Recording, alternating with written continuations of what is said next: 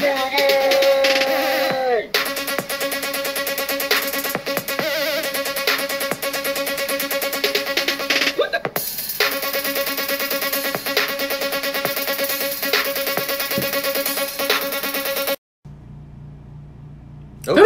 there we go.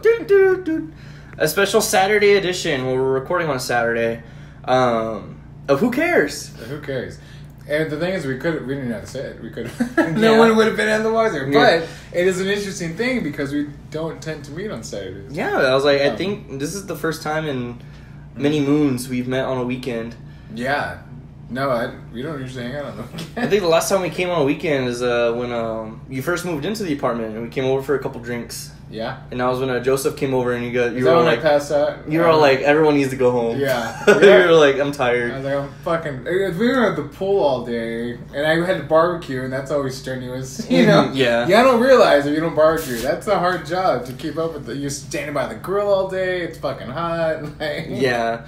Feeling like a child. So Incredibles 2 just dropped. Woo! Just getting straight into that. As I'm cracking open my third beer. Me and Leslie saw it this past Thursday when it came out. It was pretty good. It was really enjoyable. Check it out as soon as you can. Take the kids if you got kids. If not, then go fuck it. You're an adult. I saw. I remember when Finding Dory came out, and I was super gung ho about that one because fucking loved Finding Nemo as a child, and then blah blah blah.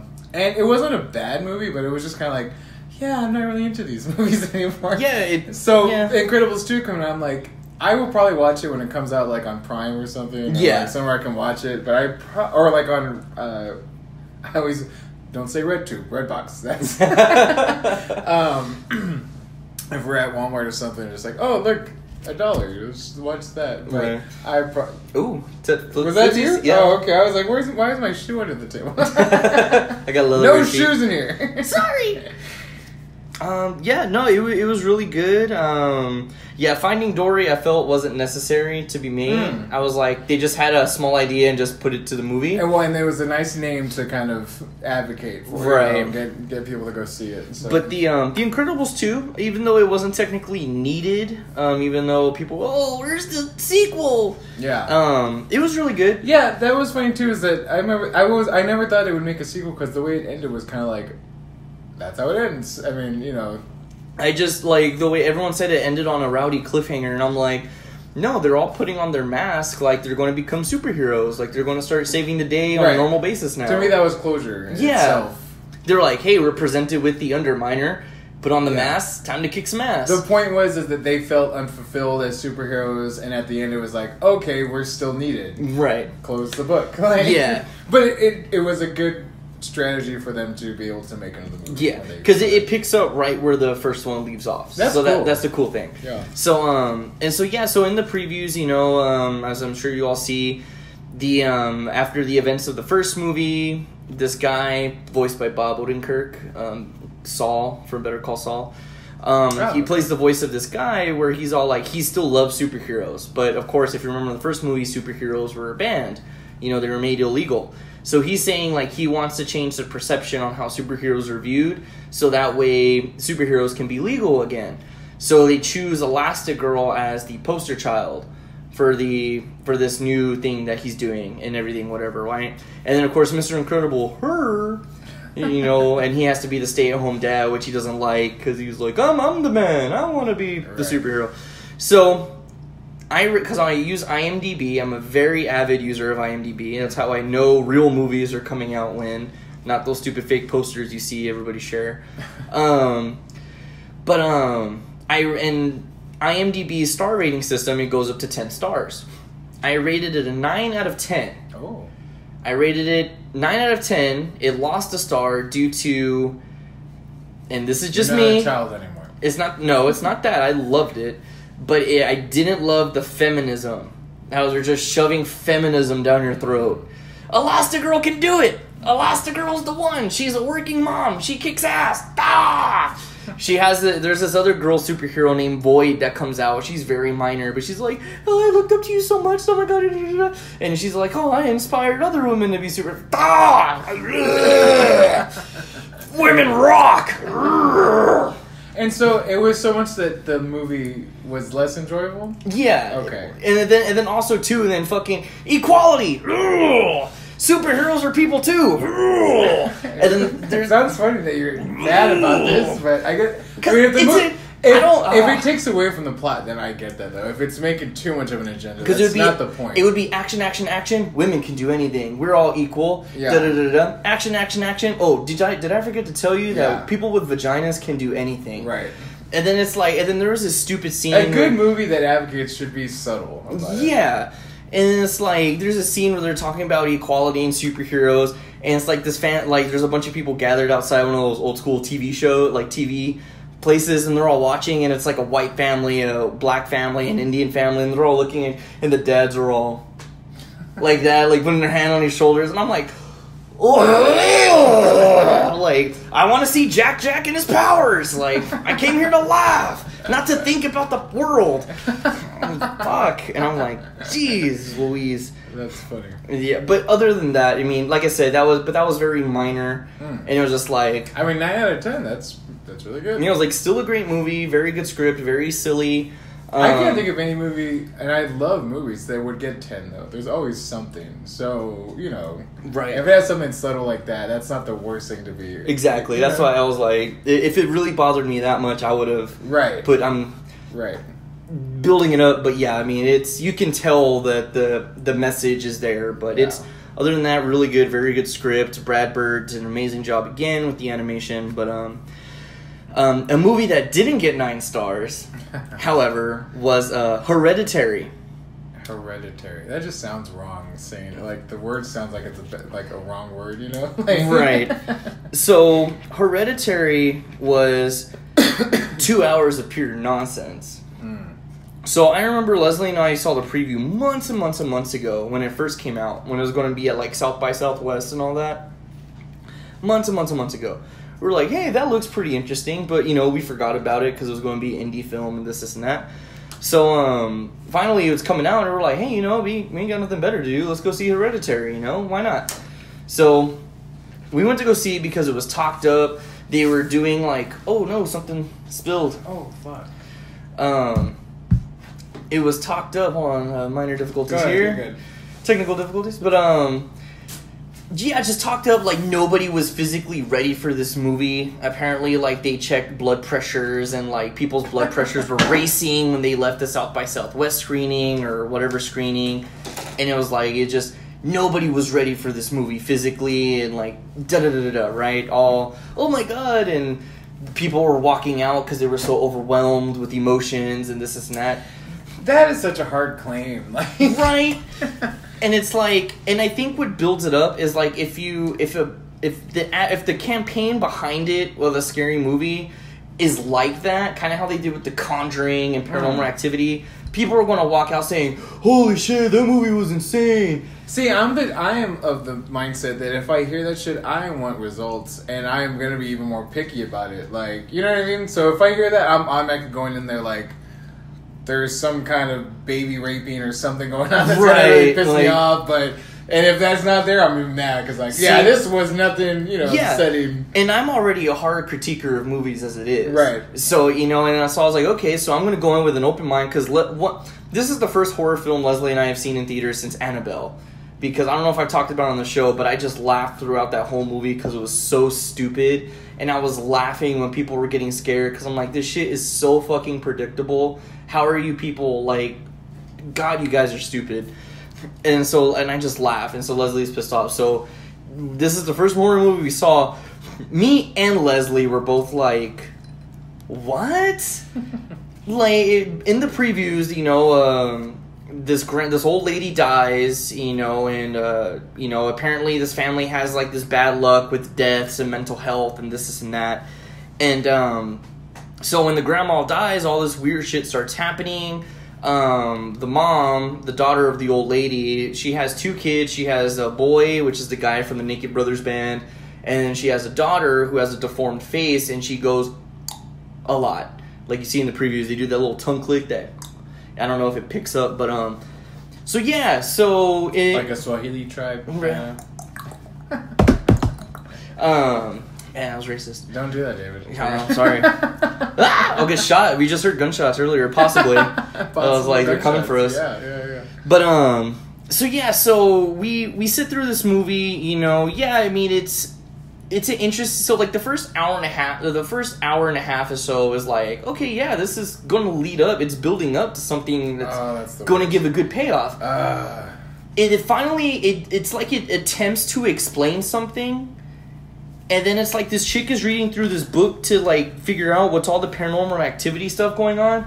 But it's like they're showing logos. It talks about some pagan guy, and it's like, but she's flipping the book pages too long, and then the movie ends on just a still of the guy's face.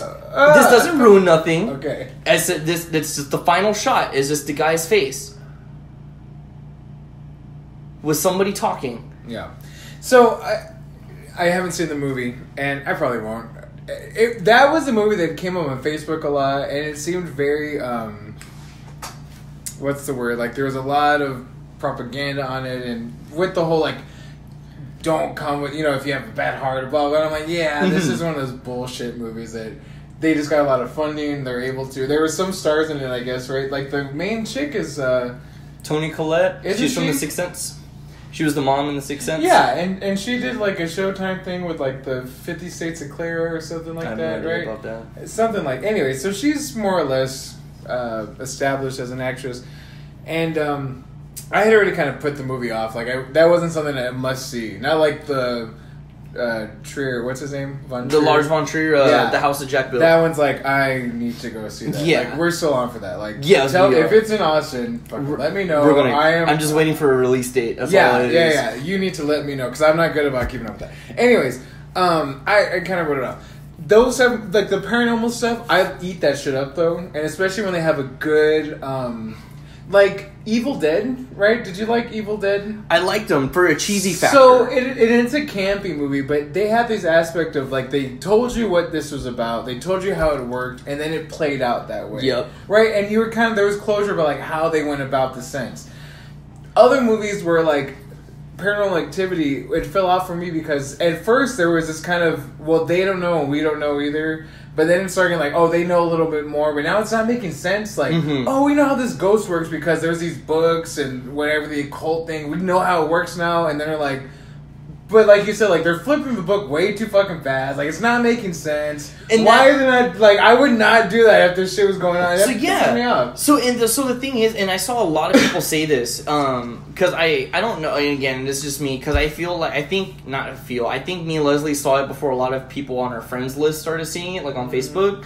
So when I shared the review, people were like, what? No way. Oh my god. Like, that's not true. Fucking normies. Like, it's really not good. And it's like, I'm not saying it was interesting. Like, the movie... Yeah, if it's entertaining, then it's entertaining. Like, I wasn't bored, but I was just like, it didn't... And then so, I saw somebody post on Facebook that said, the ending, like, kind of at a shot at my review of the movie. And I was just like, well, fuck you. They're like, it's not a movie to really understand. It's an ending that makes you think. And I'm like, you say it makes you think because you didn't know what the fuck was going on. You didn't understand it, so you're trying to justify it to yourself. It's a movie that makes you think. No, it just doesn't explain anything. That's a hard sell. And you have to have backup. Because I say that about The Sopranos. This is going off of horror, but like, people were really pissed off about The Sopranos ending.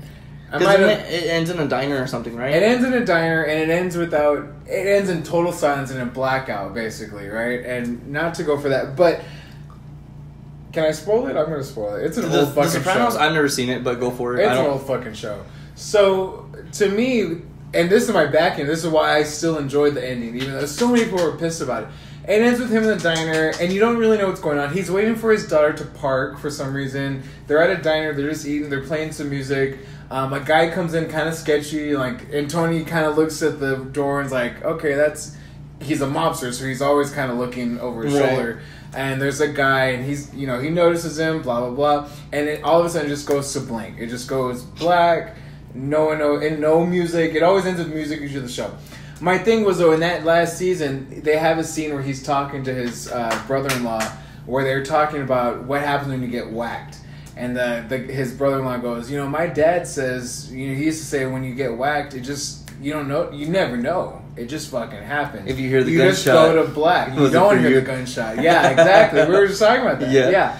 He goes, you don't even know. So my thing is, like, the ending's really good because that's how he would have died. Tony Soprano would have died without knowing. It would have been an inside job. They would have come in and just taken him out without him knowing. Right. Maybe he had it because he's always looking over his shoulder. Sure, like he kind of had an inkling, but you never really know. He can't. It was right in front of his face the whole time. Yeah. So to me, but see, people, blah blah blah. That's my backing. But if you don't have that backing, get the fuck out of here. Yeah. You know? No. Yeah. So Hereditary, check it out for yourself. Judge it for yourself. All I'm saying is that unless if I could be totally wrong, maybe I wasn't paying enough attention. I'm gonna watch it too. It's like maybe I wasn't paying close enough attention and I overlooked something because again, and this is in the previews, there's a symbol that's associated with the grandma dying, and it's like I was like, because when the grandma dies, they made it a point to show like that freaking her necklace. So I was like, this has to do with something. This has to be part of something. And that might be something so they can come out with Hereditary 2. You know, they do that shit so they I wouldn't keep be surprised. The franchise going. But this was not top tier horror. There was no jump scares. Oh my god. Jump scares are cheap to me. I don't really go for those types there was not even a jump scare, but there was a moment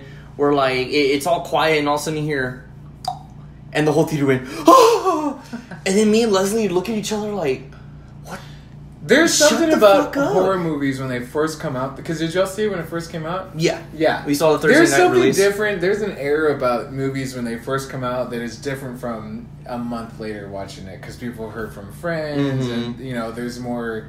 Have you noticed that? Because I went to see Paranormal Activity when it first came out. And that was the whole theater was like... lit. Like we were all as one conglomerate kind of a person, like closing our eyes and jumping. And then I remember seeing it. I went back to South Dakota to visit at one time that year, and I had already seen it. And I realized like everyone had kind of seen it too or had heard about it, and it wasn't as lit, you know, because everyone was kind of expecting more than when you first go see it. So I don't know. I think I expect more, but I just don't get satisfied.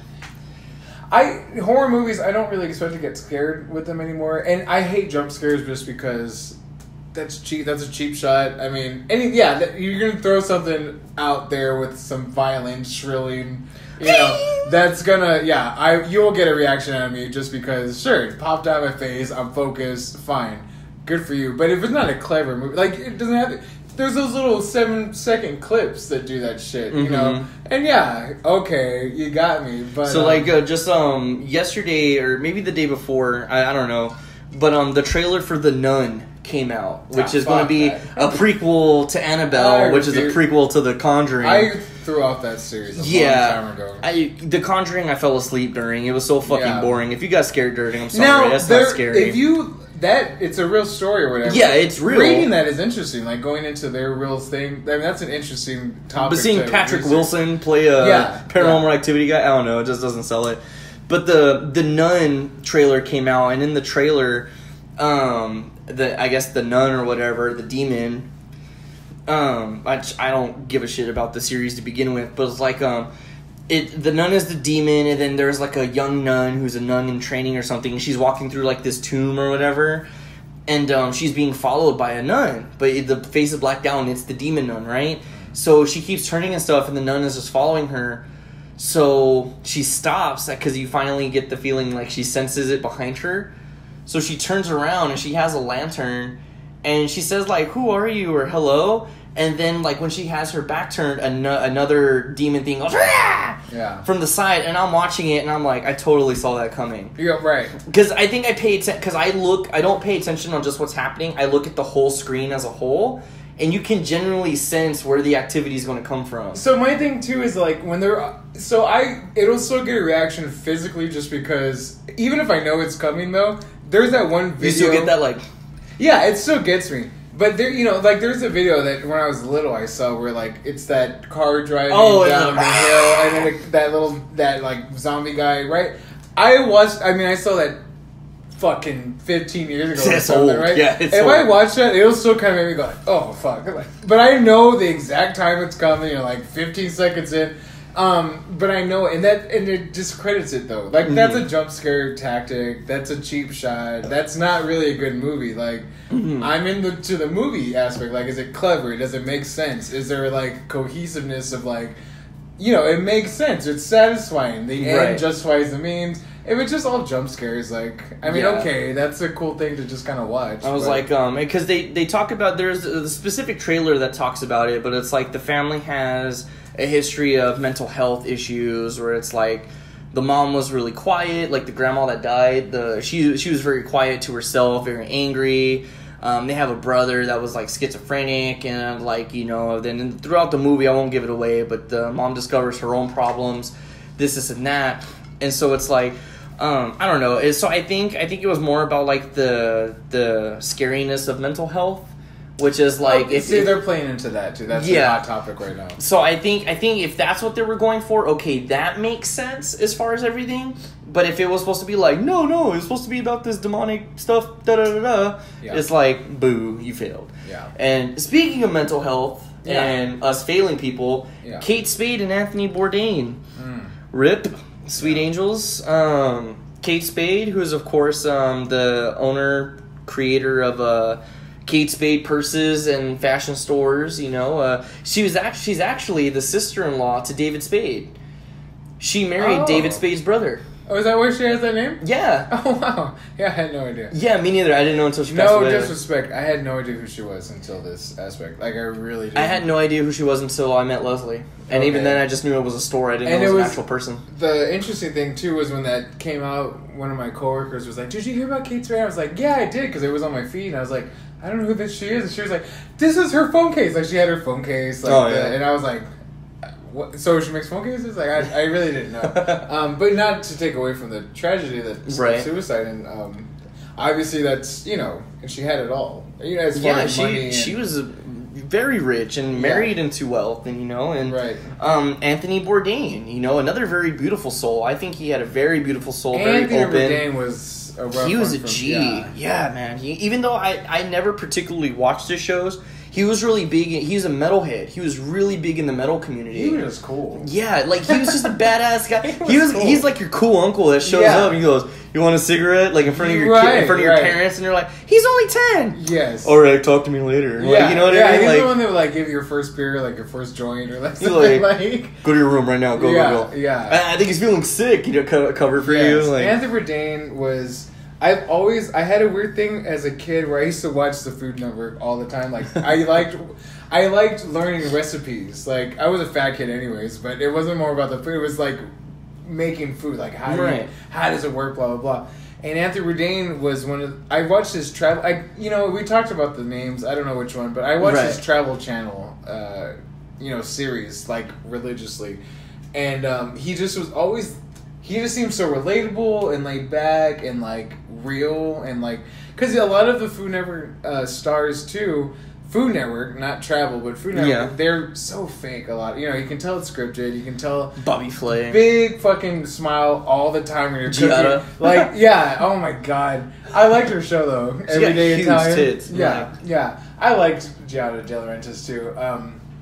And all of them. But a lot of those shows are very scripted, Anthony Bourdain was like, he was a cool guy and like, went against the grain and I always thought I wish I could do a lot of coke and be a chef and, and just travel the world and like, I remember one episode, my favorite episode, I can't remember exactly, but he went to France one time and he was staying with French people and he doesn't really speak the language and they spoke broken English but they got together.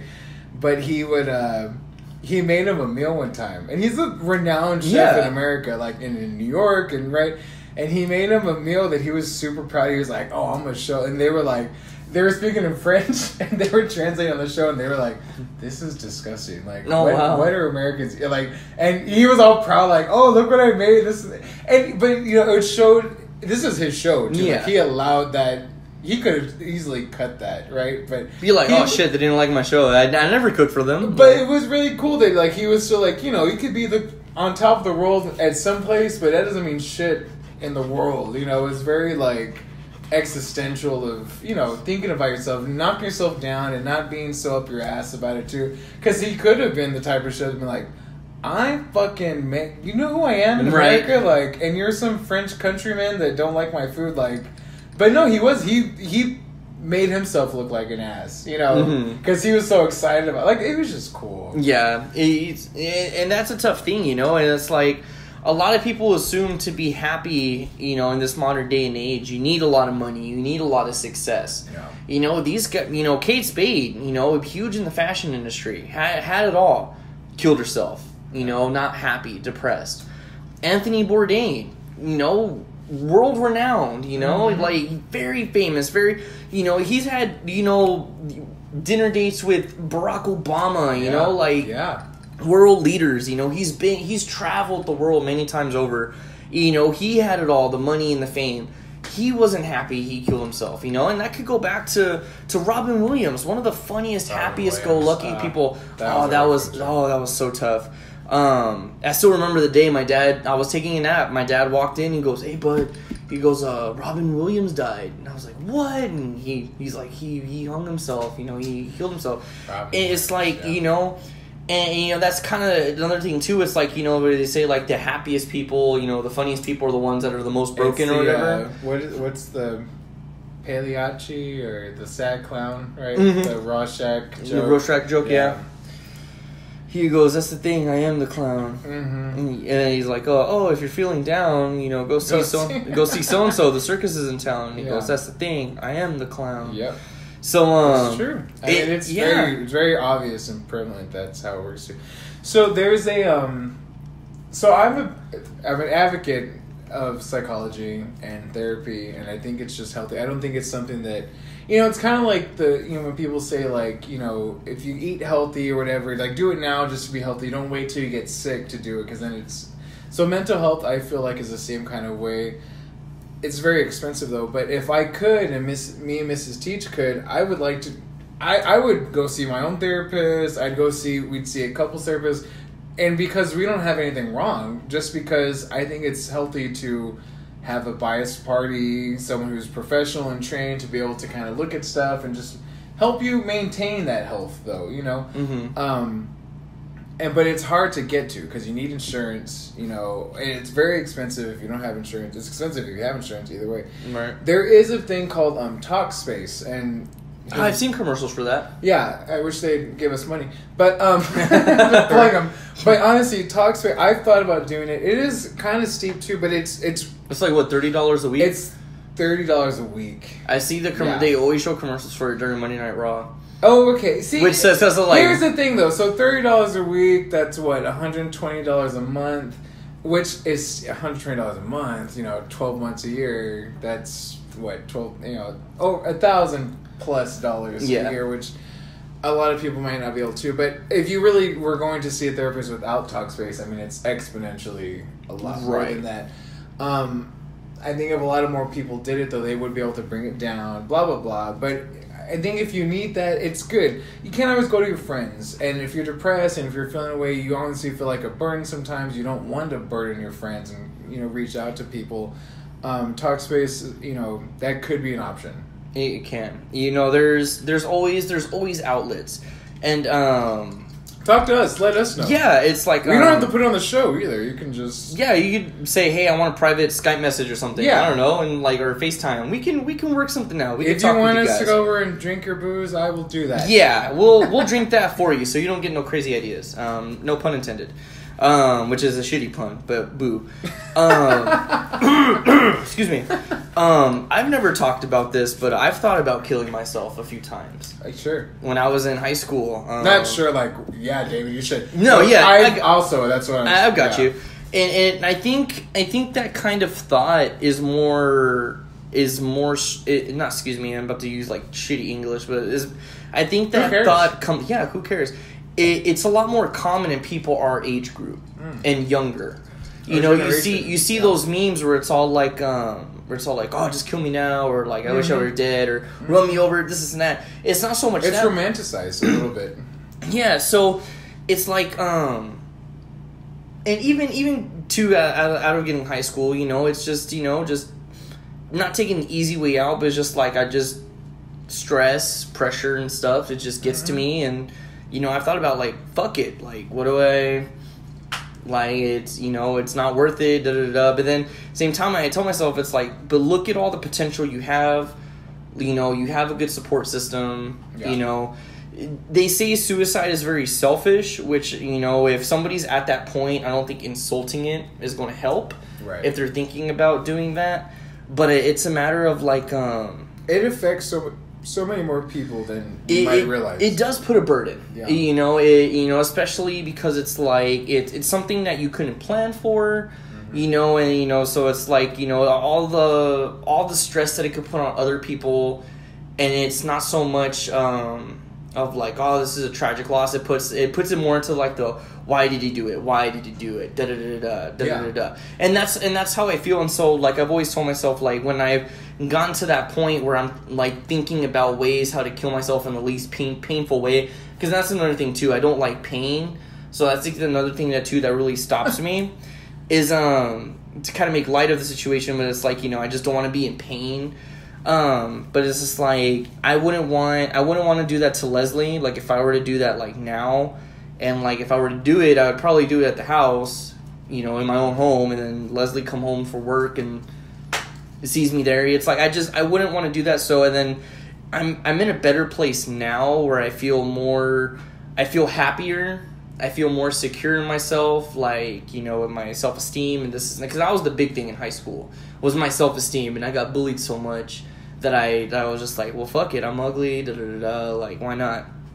But I think that it is a common thought for a lot of people nowadays.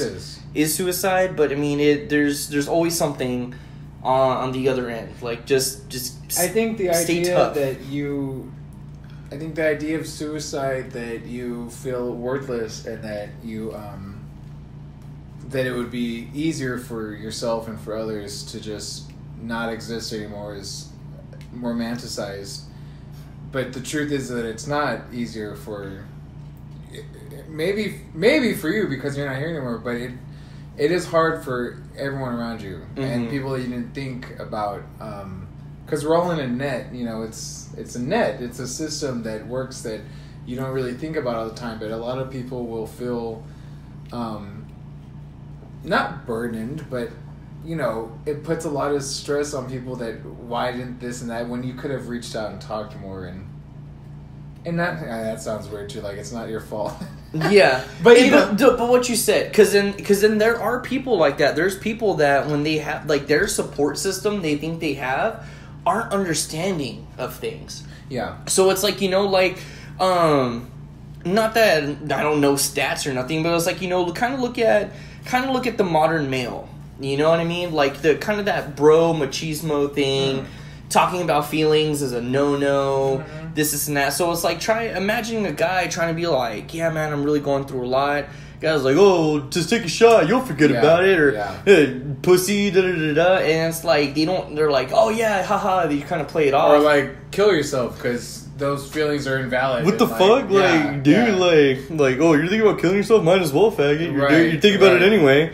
Then they fucking do it, and then it's like, duh. So it's like it's just a matter of like, just because you have friends, always talk about a minor problem. That's what's good about.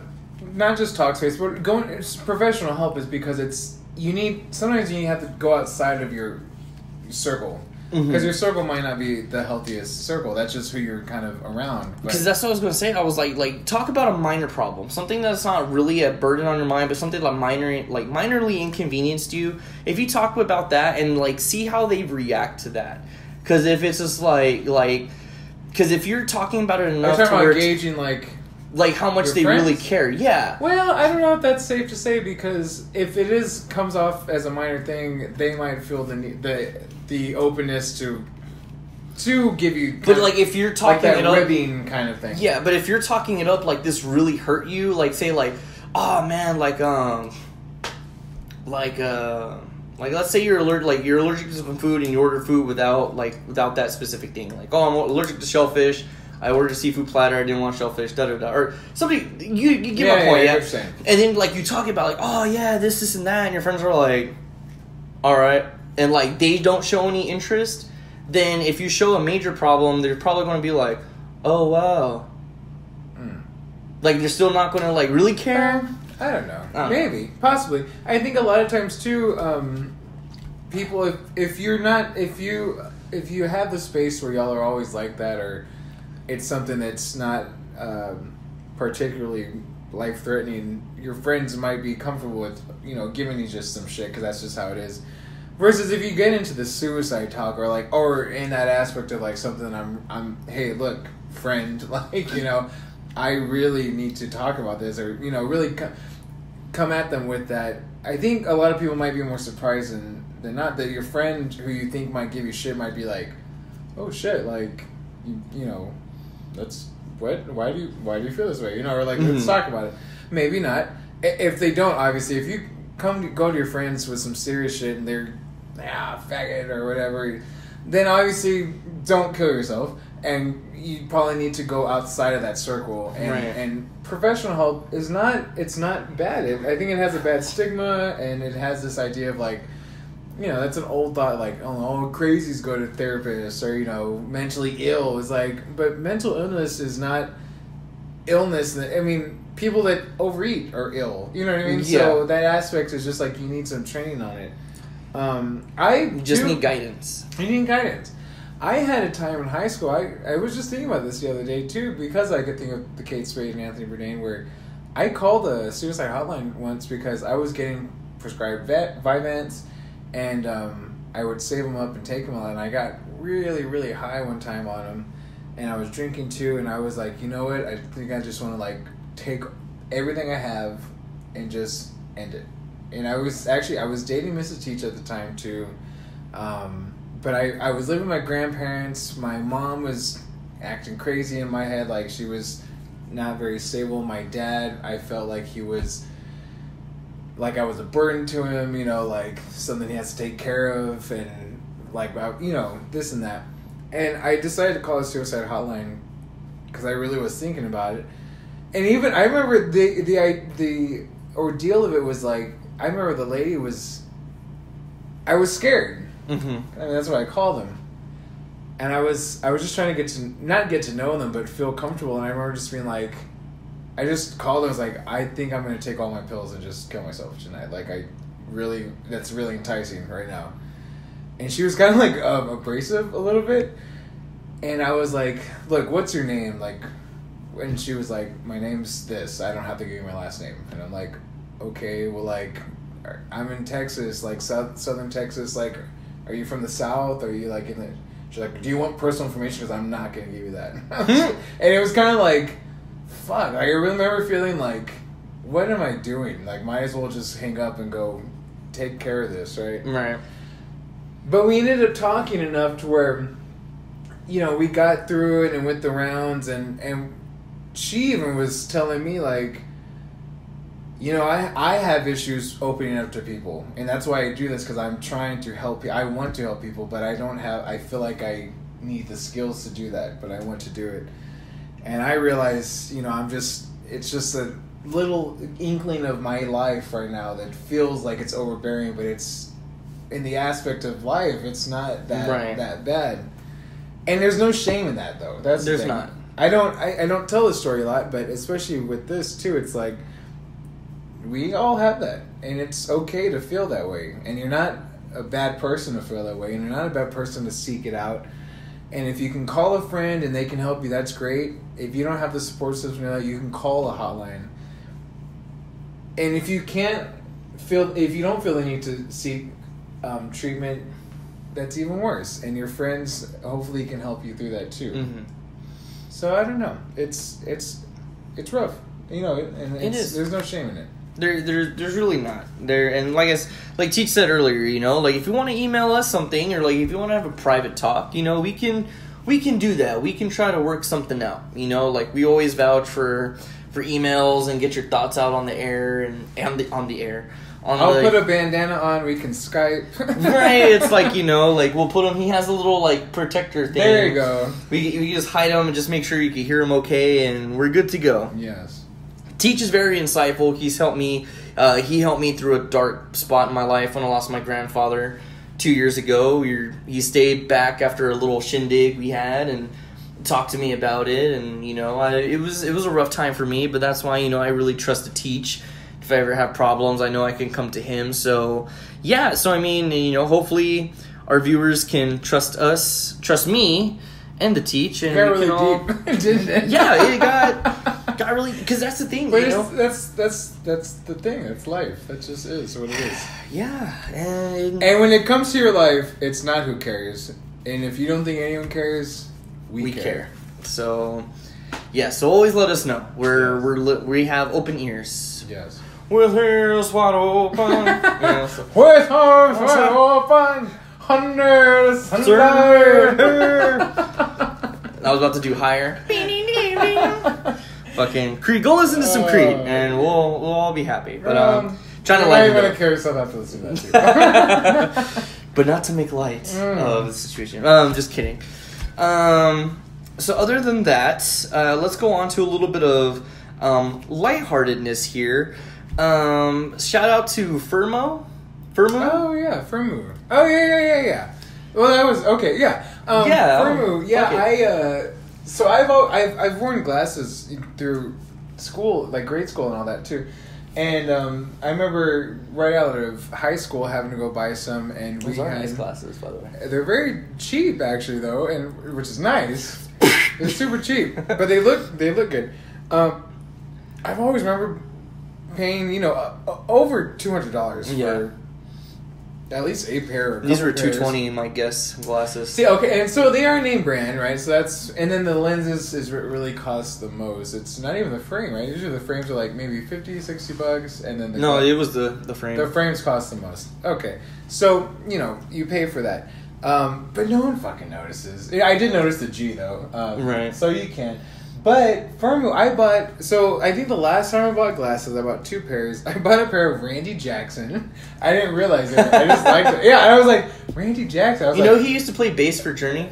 What? Really? Yeah, Randy Jackson, I didn't know that. Wow, that's awesome. He also makes glasses. You didn't know that. I didn't know that. Yeah. So. I was like, Randy Jackson, I was like American Idol Randy. It's going to be a no for me, dog. It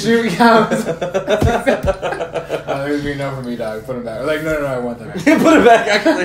Actually, I do want them. She was like, no, yeah. I was like, for American Idol? She's like, yeah, he makes glasses. Because he always has cool glasses on the show, too. Yeah. Anyways, so I bought a pair of those, and I think I bought a pair of Bobcat, actually. Because they were like, I don't know, durable or what, I don't know. Bobcat? Like the construction company? You know why? Because I have a big head, so I always have to go for the wide frames. And Randy Jackson had a pair and Bobcat had a pair. So they had the wide frame.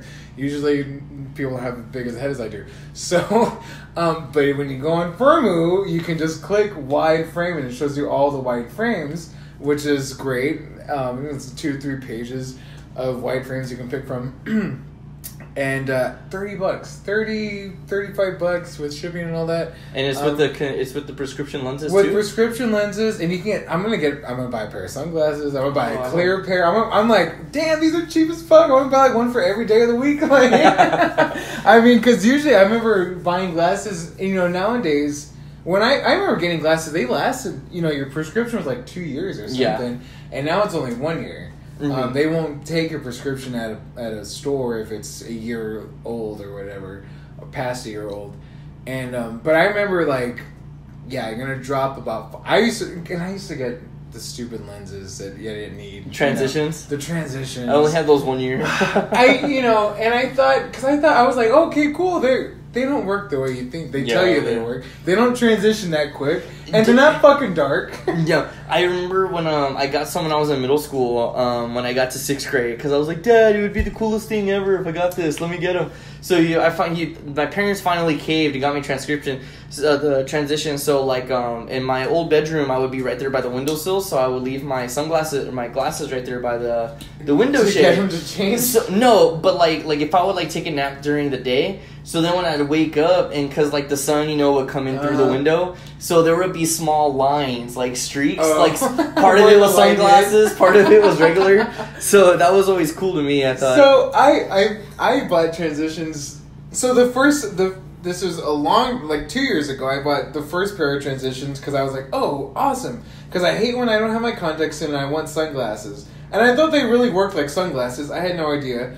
So I bought them. And they don't work like sunglasses. Nope. They're not that dark, and they take forever. You sometimes barely even notice. You can barely even notice that they even transition to begin with. But Mrs. Teach, every time we get out of the car and walk to a place, she's like, "You look like a blind person because your glasses are all black, and they don't transition well." And then so the next time I bought them, there was the other ones. They said, "Oh, they actually get darker." And they transition quicker. They just don't work in the car. And I see the first pair was like, oh, well, they take a little longer to transition, and they're not as dark, but they'll transition in the car. And I was like, well, that's really why I need them in the car, because I don't like the sun. So I was like, you know what? Fuck it. I don't care about the car. Transition quick and darker. No, they don't fucking work either. So this pair, I'm like, fuck it. Where am I going with this? So, cheap as fuck. Furmoo, $30. I got some codes for half off. If you wear glasses and you've got a prescription and you want some, hit us up. I'll give you the code. It's half off the page. No, you gotta hit us up. Oh, okay. Hit us up. You gotta hit us up, and I'll give you the code. And you get half off. And they got cool frames. I mean, yeah, these aren't, they're not brand or anything. They look cool. But the ones I'm wearing right now, they feel durable. They're durable, yeah, sure. They got a wood. It looks like silver wood on the side. They're wide frame, which is nice. They fit my face well because I've always had a problem with frames making it roll. They're too small, so it always looks I look even dorkier with the glasses because they're like this big, I bought a couple of them. I bought another black pair, just like. They look very natural. I always say they look natural. It's funny because I look like I was born with these glasses on me, but I came out the womb with them. That's how natural. Came out the womb, yeah, with my glasses on. So that's fucking hit us up. So Furmoo is pretty cool. I'm gonna hit up Zenny. Apparently Zenny's a good one too. I might buy some frames from there. There's another one too, very cheap. If you didn't know, if you wear glasses, there's very cheap ones online. If you don't know, now you know.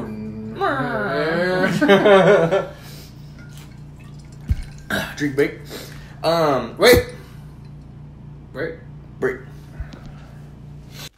You're the jerk of the week. You're a jerk and it's your week. You really outdid yourself like a crazy super jerk. You're probably a big jerk every week, but this week you're the jerk of the week.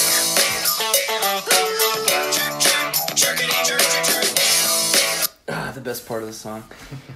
Yeah, so, Teach doesn't have one. No, I don't. But I do. And I'm about to get it off my chest. My jerk of the week is Kawhi motherfucking Leonard. San Antonio Spurs player number 2. I'm going to finish off. You want to do a shot? Fuck it, yeah. Let's do a shot. He's going to get up a shot.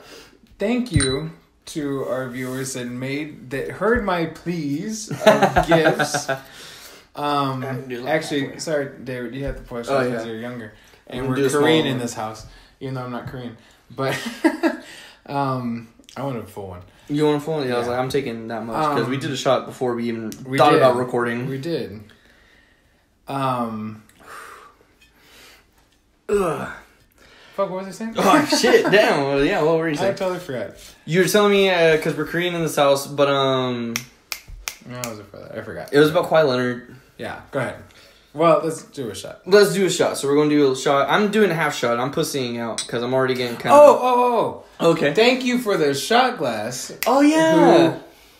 I'm sorry. I don't know who made them for me. Eric and Chanel. Well, Chanel. Chanel did the technical work. Thank you, Chanel. David fucked up and did not bring them to me. I did not. I left them at my desk. So give him shit about that because I'm very excited about it. I think that's awesome. And you got a coaster? I'm very proud of. Yeah, that's so cool. It's really cool to be able to have that and be like, who's the teacher? I'm like, I'm the teach. I have this podcast that you don't know about. Because right. Don't ask any more about it because... Just check out this link. Just know that we have followers that made me this shot glass. How fucking cool is that? Like, that is really dope. So, all right, so to our success. To our success. Woo!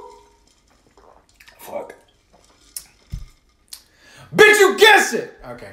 Woo! That comes out with a shot. It's Fuck. Yeah. So David gets a little burpy when he takes a shot. I do. A little saliva. And it's interesting because, so for me, when that happens, that means I'm going to puke. So I'm always afraid that David's going to puke because he gets kind of spitty sometimes too. Yeah. Yeah, there's the spit. So you might hear David throw up on the spot. But he never does, actually. He never does. But that's always... I just need to catch my breath. Fuck me. Yeah. Later. Everyone. Fuck. It was a good shit. It's a Fireball. I like Fireball for shots. I don't really drink Fireball. Mrs. Teach enjoys it. It was actually one of her Christmas gifts from my cousin last year. Last year. And actually, I think... So, it's about, 2/3 drinking? That's just mainly David. Me, some of the shots. David's like... And it's funny because I thought Miss Teach might be kind of upset about it, but... Are you good? You can use the restroom? Oh shit, no, I'm fine. God, that one really... And I ate it half a shot. But, well, I've been drinking pretty back-to-back here. I'm teaching David. Next, we're going to smoke a blunt on the show. Oh shit, no. Just kidding. Just kidding. I'm only playing. Yo, I will admit, I'm bitching out. Dude, that fucking shot got me teary-eyed. You're good. Yeah. No, so Fireball, by the way, I don't know if I've ever talked about this on the show, but Fireball, they call it a whiskey, cinnamon whiskey. It says it on the bottle, too. Fireball, cinnamon whiskey. But it's actually not a whiskey. It is a schnapps. Yeah, David knows going to say this all the time. And it's funny because, to me, I guess it's the American male in me. It's like a schnapps is European and German and not something to be taken seriously. But it is a legit, it's... Well, okay, see... It's only 66 proof, and it's 33% alcohol. So a real whiskey is, you totally missed that. Oh, dude, yeah. So a whiskey is 40% alcohol and 80 proof. So this is 33% alcohol and 66 proof, which is why it's so sweet, but it's a good shot. Fuck yeah, it is. Yeah. I just can't drink it like I used to. Yeah. Getting all back in my day. I chug on my 21st birthday. I drink bottles of Fireball. My 31st, my 21st birthday. 31st? I gained 10 years on that one shot. Just from that shot. Fuck. Oh, hold on, guys. Put it again. Goddamn. This is the longest jerk of the week segment ever. I don't know. Actually, last weekend's jerk of the week. Hey guys, I want to apologize a lot last weekend. I always listen to the shows to hear. Pissed my pants. No, well, it's not that bad. Yeah. I'm like, how big's your dick? That little piddle of pee. I hope that's bigger than your dick, man. That's a Cheech and Chong reference. What was I gonna say? The jerk of the week. Last week. So, I was listening to it, and I like to listen to our show at work and in the car. I actually like it in the car, mainly. And I had to turn it off, because I was like, damn it, T, shut the fuck up. So, y'all know about my business, and I appreciate you if you listen to it all. And hopefully it was entertaining for y'all, but for me it was like, shut the fuck up. Right. Because I feel like our whole episode was about it, almost. But so that's why I don't have a jerk of the week, but I'm glad I don't, because... Here I am taking up the whole segment again. So go ahead. No, you're fine. So my jerk of the week is Kawhi motherfucking Leonard. Man, I loved Kawhi too. So much love. This is very disappointing. Kawhi, get it? WHY.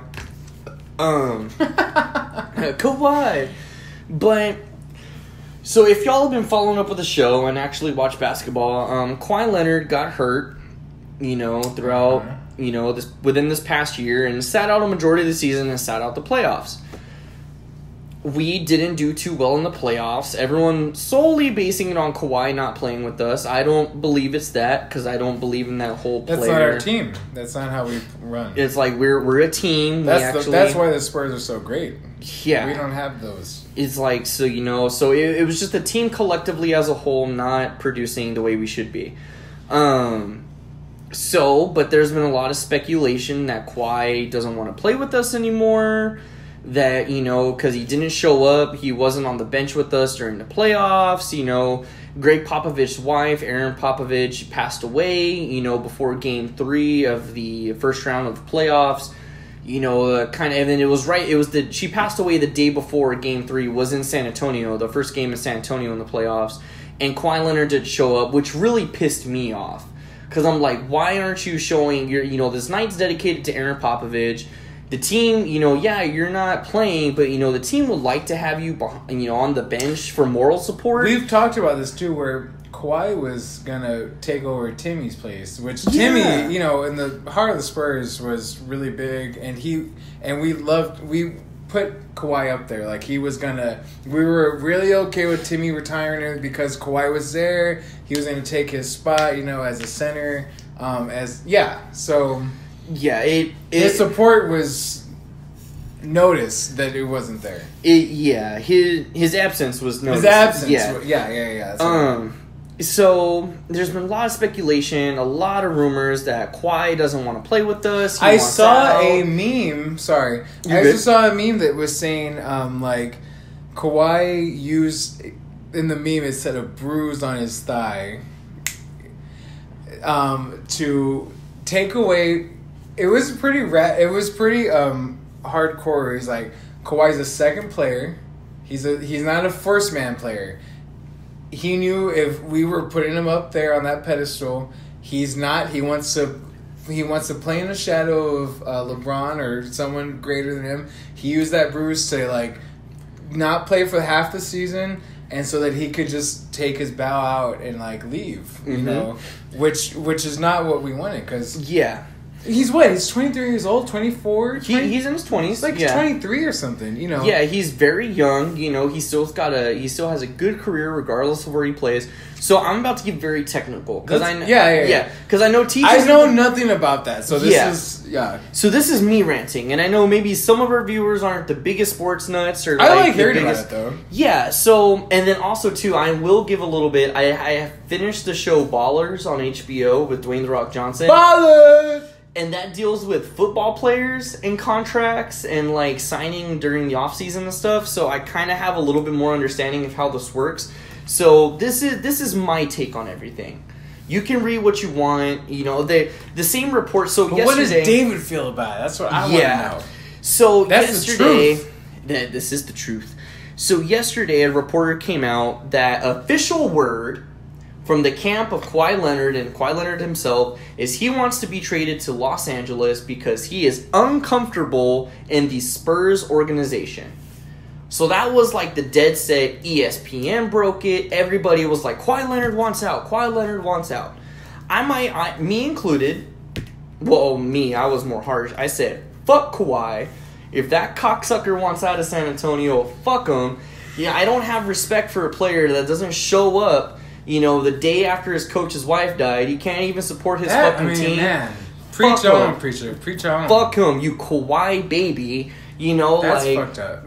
He fucking spent his days in New York. Couldn't even support our team regardless within the playoffs. Yeah. So I'm just like, so I've already hated Kawhi before all of this. That's what makes me also, because I am not as technical as you either, and I've expressed on the show where I follow the Spurs because I'm a Texan, I'm a San Antonio, and I just got love for the city like that. And it hurts me too, like, you know, tertiary character, shitty. like, yeah. It's very shitty, and he's brought us a championship. When something as low as your presence is just kind of expected, and you can't even do that, like, you know, what the fuck? And Zaza Pachulia, who is the number one hated person in San Antonio, next to the girl that killed Selena, fucking... Maybe more. At this point. Fucking, because he's the one that ruined Kawhi. Yeah. He's the one that injured him. Right.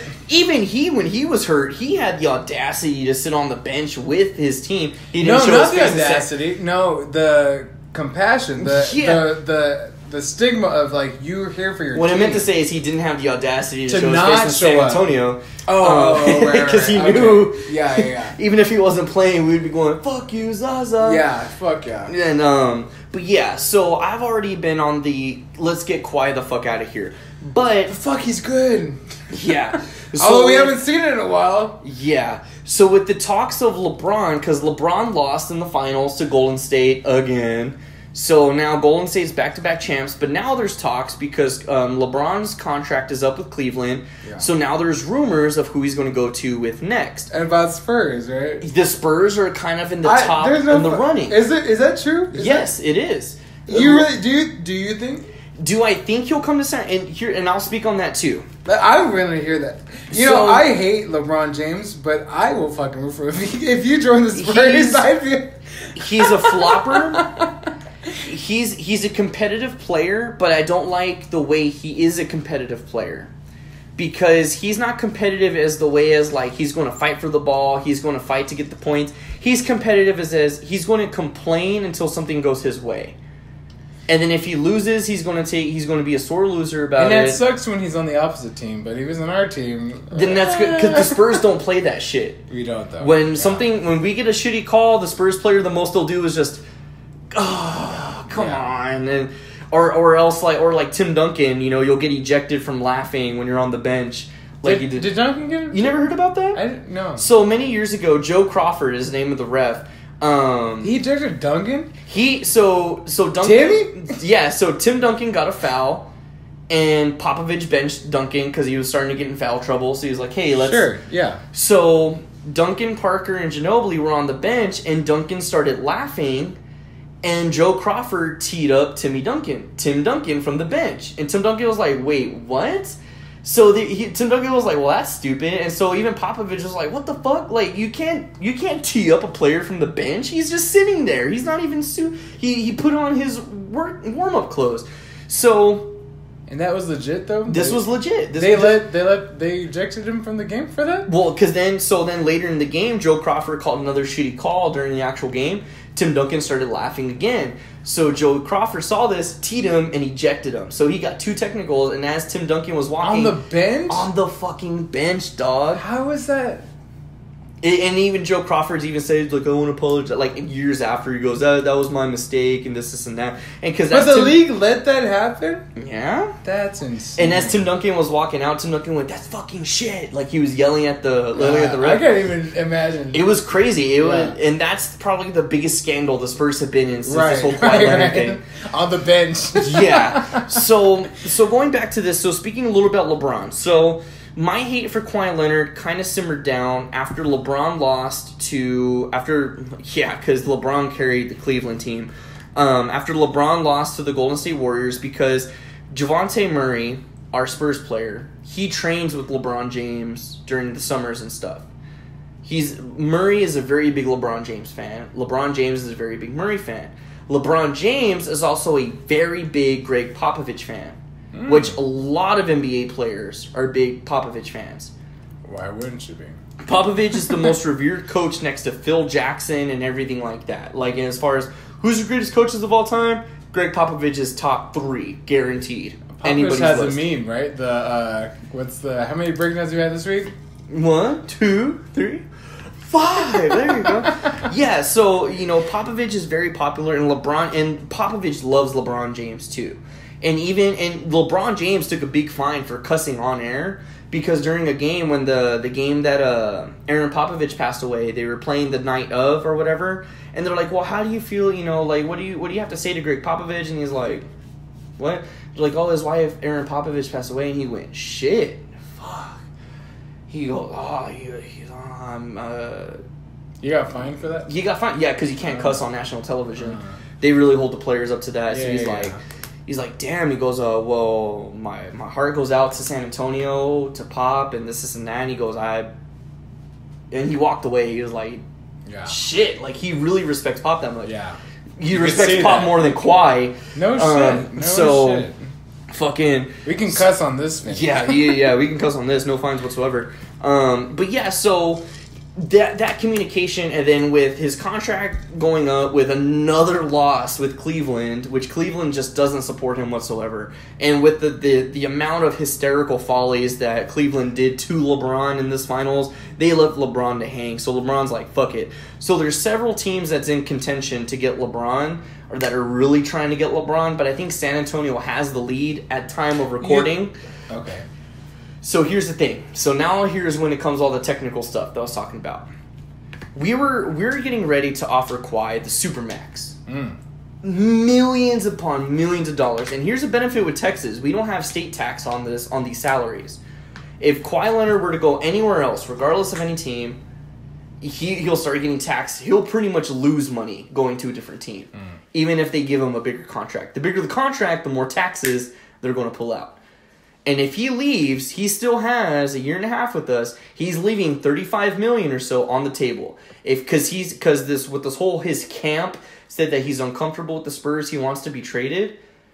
And if he gets traded, we don't have to fulfill our end of the contract. You're like, okay, you're getting money from that team now. Here's $35 million extra for us. And also too, if we trade you, not only do we have an extra $35 million, now we have all this cap space to sign LeBron James. Can we afford LeBron James? We can afford LeBron James. Okay. The Spurs are still a top-tier team. Yeah. We have a very great organization. We have a very great process. We can afford LeBron James. I always feel like we're like the ugly girl within the top tier. You know what I mean? Like, we're like I heard she sucks a good dick. Right, yeah. So, it's like, at least I get that. Yeah. No, the Spurs are like, she sucks good dick and she can cook. So right, yeah. So we still go back every now and then. Yeah, we spend the night. We spend the night, exactly. So that's the Spurs. So love my city, love my team, woo! But that's the truth of it. I mean, let's be real real. pinche Spurs, man. Fucking So until then, it was shaping up that Spurs were going to have a super team to match the Golden State Warriors, because that's what it is right now. Is Golden State is such a powerful ass team, and there's so many purists Spurs players that hate LeBron so much that they don't even entertain the idea of LeBron coming. Yeah. But to me, I'm like, I mean, fuck. He's one of the top players. I love LeBron. I love LeBron. I fucking hate him. But if he's playing for our team, I will root for him. You know what I'm saying? I will be, if he comes to San Antonio, I'll be the first one to buy a fucking 23. Yeah, I would too. James jersey. With the Spurs logo God. though, because I mean, even that's really our win though. Like we brought him in. We got LeBron. Yeah. We'll and he'll retire as Spur. I guarantee, just like Robert Horry did. You think? Robert Horry But played with how for much he moves, LeBron. I mean, how many times has he moved? If he's coming to San Antonio, you think he's there because he's staying. Yeah, because I mean he's getting towards the end of his career. He's been playing since straight out of high school. Right. So he would be here to stay. He would be like, I have it good with exciting. us. So it was going to shape up to be after Spurs got eliminated after the finals, it was looking like Spurs are going to shape up to be next year a super team. The possibility at this time of recording of King James, Kawhi Leonard, LaMarcus Aldridge. Let's not call him that yet. No, he's King James. Yeah, I'm not going to say that. He's King James. Oh, I won't say it. Okay. David says that. I don't say that.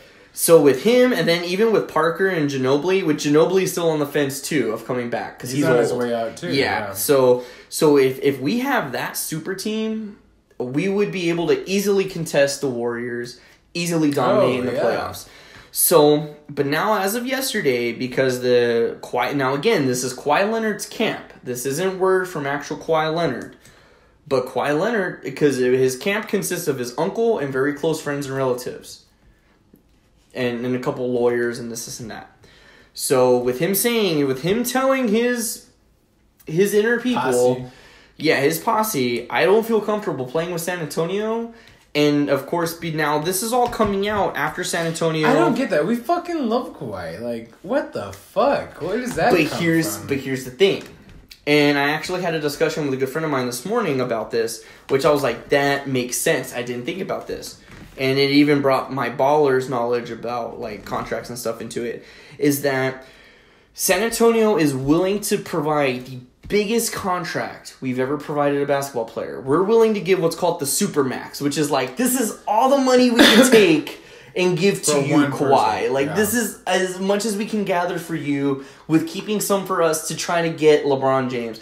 This is $219 million. Like, we're trying to fucking, we want to give you all this money, but we want to make sure you're healthy first. This is San Antonio's stipulation. We don't want to give you all this money because we want to make sure we want to have a one-on-one meeting with you to discuss, so it isn't halfway through the season have some medical issues and then...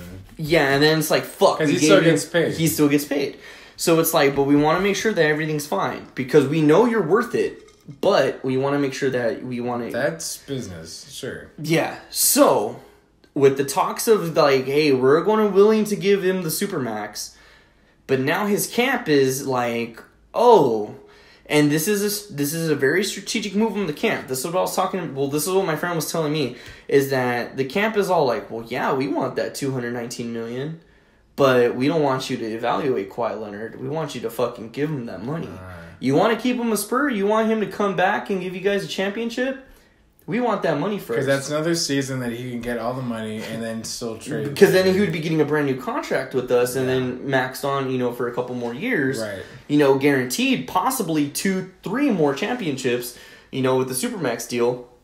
Because he's brought us to a championship before. He can do it again. Mm-hmm. So especially if we get LeBron James, even without LeBron James, with the team that we have currently, he can get us a championship. I guarantee it. So now that's what it is now. So at first it was like, no, he wants to be traded to Los Angeles. But then the thing with that is that San Antonio can fucking freeze him out and be like, every trade because every team's going to want Kawhi Leonard. Every team's going to be like, oh, fuck yeah, top tier player. And, because there's not a lot of good teams in the NBA now. It's Golden State and Cleveland. And then if you look under that, Spurs are still up within the top 5 of the best teams in the NBA. So, but if I was San Antonio, if I was R.C. Buford, our owner and general manager, and I was Greg Popovich, because Greg Popovich owns a part of the Spurs. He's not only the coach. I would be like, every trade offer that comes my, fuck you, no. Fuck you, great. No. Popovich, you're a great man. Just as you guys say that too, he's fucking awesome. He's very great. insightful, very wise. Oh, we love you, Popovich. And Pop we trust. Yes, for sure. So with this, like, if I was San Antonio and Kawhi Leonard really wants to trade out, I would turn down every fucking deal that came our way. I would freeze out Kawhi Leonard to where he has to start the season with us because he's under contract with us to play one more year. He has 1 year left on his contract. I would fucking freeze him out. Fuck every team that gives us an option. No, nothing is good enough. I don't want your draft picks. I don't want your players. Fuck you. Especially if Kawhi wants to go to the Lakers, which is what the rumor is. The Lakers have nothing to fucking give us. The Lakers, ever since Kobe left, and even if you want to give credit to Paul Gasol too, ever since they left, they've been the bottom tier of the West. So it's, no matter what, if I was the Spurs, I would fucking force Kawhi Leonard to start one more year with us. You have better Gasol anyways, right? Yeah, well, Paul Gasol played. Paul Gasol played for the Lakers, but then when he came to San Antonio because he was like, yeah, I trust San Antonio, and that's a comfortable place where I want to end my career. Yeah. Rudy Gay too. Rudy Gay's on the end, on the outskirts of his season 2 with all his injuries. He's going to retire a Spur, I guarantee it. Parker's going to retire a Spur. Oh, yeah. Ginobili's going to retire a Spur. Retiring a Spur is a great career move. Look at Steve Kerr. He now has 4 championships with, Golden State, and he won championships with the Spurs. So anyway, I'm digressing here. Well, like I said with LeBron, if I hate him because he's that other team, but if we had him on our side, I'd be for him. Just like North Korea. North Korea. Good segue, right? Yeah, fucking Donald Trump. So, just like North Korea, because they're batshit crazy, but apparently, on the outside, it seems like we're making good connections. Which, maybe we are. I don't know, right? But, did you see what they said? Did you see what Donald Trump said? About how his people listened. He goes, I like the way people listen to Kim Jong-un. I wish my people listened to me like they did Kim Jong-un. So, Trump is an asshat. And he's an asshat. Clearly established on the show. Like, literally, the government has an asshat that is Donald Trump that they wear. Literally. And I really don't attribute anything that's going on in the government or anything that's political to really Donald Trump right now. I think it's really his campaign and, the Republican Party just kind of like marionetting him. He's just, there's strings that he's just showing up to. He's like me as a husband where, like, I told Mr. Teach, like, I don't really plan anything for this wedding. I show up where I need to show up and I'll sign what I need to sign. Right. That's Donald Trump for our government. Maybe a lot of our presidents like that. I don't know. I heard, or I read, that, Kim Jong-un, that regime, and his father, Kim Jong-il, has been acquiescing U.S. presidents for a long time. They've always wanted to meet with the U.S. presidents. They've always been asking. Of course they want to meet. Let's meet. Every president declines. It's gone back before Clinton, like the first Bush, Bush Senior. They don't do it because we don't meet with dictators and we don't meet with, evil evildoers, as Bush Jr. would say. Even they said Bill Clinton met with Kim Jong-il 9 years after his presidency. And even then, he met with them only because he was going to receive 2 journalists that were in prisoner camps to come back to the U.S. And even then, Clinton, 9 years after his presidency, told the whole crew, do not smile. You can't smile in this. This is not a joyous event. This is not a meeting of, our countries. This is me just getting people back. Our citizens back. Yeah. So as had Donald Trump, and as had America when I was part of it too, because I thought, oh, what a, courageous thing, or not, just what a monumental kind of aspect. It is a historic moment. Like, all hatred aside, it's crazy. But historic doesn't necessarily mean good. Exactly. And the thing is that Kim Jong-un is a dictator and an evil man. He has killed thousands of his people. He starves most of them. No hesitation. The North Korean equivalent of a 12-year-old to the South Korean 12-year-old is like 6 inches shorter and like 40% thinner because they're, deprived of food and nutrients and this and that. Meanwhile, he's fat as fuck and has a movie. He loves cognac. His favorite thing is like Hennessy. Like, this is his favorite liquor. Blah, blah, blah. Every president has not met with him because, and this is just what I read, it could be a biased article. Let me show some articles if you know one better, but the one I read was saying presidents never met with that regime, with the North Korean regime, because they use propaganda. They still are a big propaganda country. And so with President Trump, God, that's like still hard to fucking say, right? Mr. Trump, whatever. All it does is they have video now of him with the strongest leader of the free world. President of America, no matter who it is still the president of the free the world. Biggest, at the highest level of the world right now. Yeah. Kim Jong-un meeting with him and just standing there. They don't speak the same fucking language, Have you seen that video where it's like Trump and Kim Jong-un walking through some garden and like Trump's like pointing at flowers and Un's like shaking his head? Yeah. They have no idea. They put like fake caption. He goes, "I like this plant. That is a good plant. What about this plant? I like that plant too." So here's the thing. We do it for memes and it's funny. Yeah. Kim Jong-un can take this video that's very legitimate video and to all his people and all those, they don't have TV. They just show what they want. The government shows them. Yeah. It legitimizes his reign. It makes him, I met with the enemy and I'm doing, what I'm saying? They can spin it in the same way they can spin it to us. The same way they can spin it to us. We have more media though that's open and that we have more transparency. We know more of the history of North Korea. We have more transparency too. That like if something was fishy, we're getting every angle of it. Which also was probably where this, that's another side of this article too. Is like we have. Their country, though, has no side of that. That is what it is. And if you think otherwise, like if Kim Jong-un says, I met the president that they're going to be our cash cows. They're going to fund all our money and they work for us now and they're like our pigs or whatever, You're right. The whole country just goes, wow, Kim Jong-un, the god, our savior, our country. Yeah. You know what I mean? Yeah. Which is legitimately, honestly, why presidents have not done this before, because they know he could do that. Exactly. Has he done it? I don't know. Will he do it? I don't know. He could, so is it a good thing? Also, the documents that they signed, those summit things that they signed, the whole point of us really meeting with them is to denuclearize them. Right. The problem is that North Korea feels they're so small and they have nothing. They want nukes because that legitimizes them as a country. If anyone invades, we have nuclear weapons that can fight. So our thing is like, no nukes, right? Only us. Right? No nukes, anyone. Except us. Except us. But we'll care. Let us hold those for you. And when something happens, we'll distribute them the way we feel stupid. Right. But for North Korea, they're like, no, well, we have some nukes, and that's why you can't fucking contain us completely. We want to denuclearize them, and that's not gonna. I don't know. Is it gonna happen? That'd be great. If it could happen, it'd be great.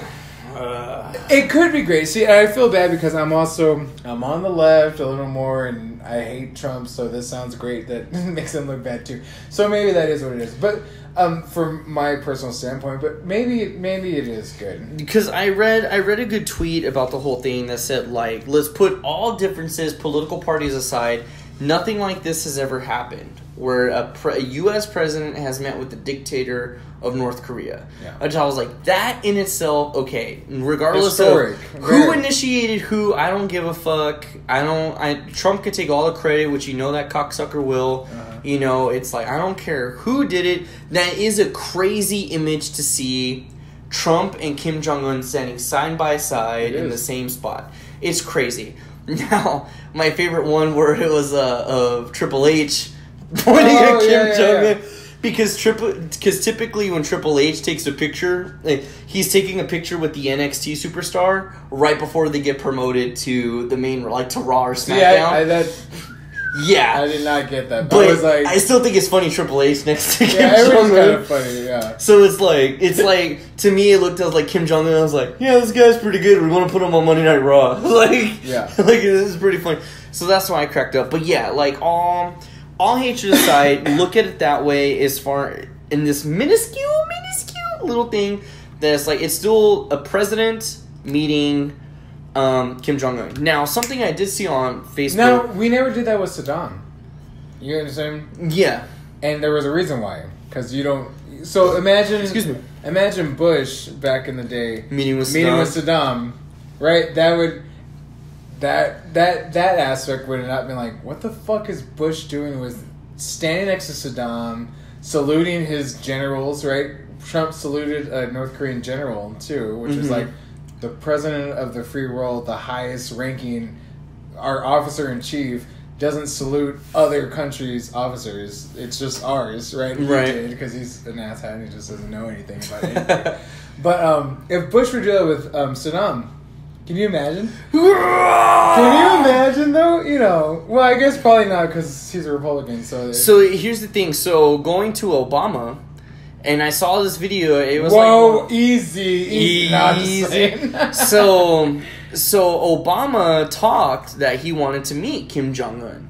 Yeah. Obama talked about that many times. Yeah. But Fox News. Yeah. Oh. What is Obama thinking? Right. What? Oh, the audacity of this guy. Donald Trump does it. Donald Trump is the most heroic person in the world. You know, he has the biggest dick ever to try to meet Kim Jong-un. I want to fuck Donald Trump. And they have a lot of videos of the same news reporter reporting on Obama saying how ridiculous that would be to go over to meet a dictator. And then when Trump does it, what an advocate, what a great way he wants real peace. Yeah. Which also leads way to the news you watch, take for it what you will. Right. Just don't watch Fox News. That too. It's like, because even, and it was funny, I saw a video, it's like, even Fox News is getting tired of talking to Donald Trump, which I think we've talked about on the episode before. It's like, he's the old grandpa they can't push off. Yeah. They're like, well, Mr. Trump was, and he's like, it's very bad, they always talk about me, I've done best, I'm been the greatest, I'll tell you what, I know the best. I've met with Kim Jong-un. Yeah. Yeah. I shook his hand. I am actually over hating on Trump. I mean, I hate him, and that's not going to be over. We all know Trump is terrible, but I'm over it. Being hating on Trump. If this can be good, it's all good. That's great. If we can denuclearize North Korea, if we can open the borders. I know Mrs. Teach it's funny because... So what are Mrs. Teach's thoughts about this? So, it's interesting because... there's an idiom. So, for her, in South Korea, I remember when I went to South Korea, a lot of my family were like, aren't you scared? Aren't you, they could bomb you any day. They're right across the border and this and that. And then you talk to South Koreans and they're like, Oh, they're crazy. Don't think it. Dude, no one pays them any attention. Just don't even worry about it. You know, meanwhile in America, we're half across the country, we're like, what's North Korea going to do? Oh my God, any day they're going to invade South Korea. Like, it's going to happen anytime soon. Right. Also, though, there's an idiom of a creek, you know, the lake, a dam on the lake that the lake is rushing, but the dam always works. And every day the village by the lake goes, everyone worries about the lake, but the dam is there. We have a dam. It contains the lake. It's all good every day. And they go, stop, just live your life. You know, there's a dam. The lake's fine until the dam breaks and the lake floods the whole village and everyone dies, right? Right.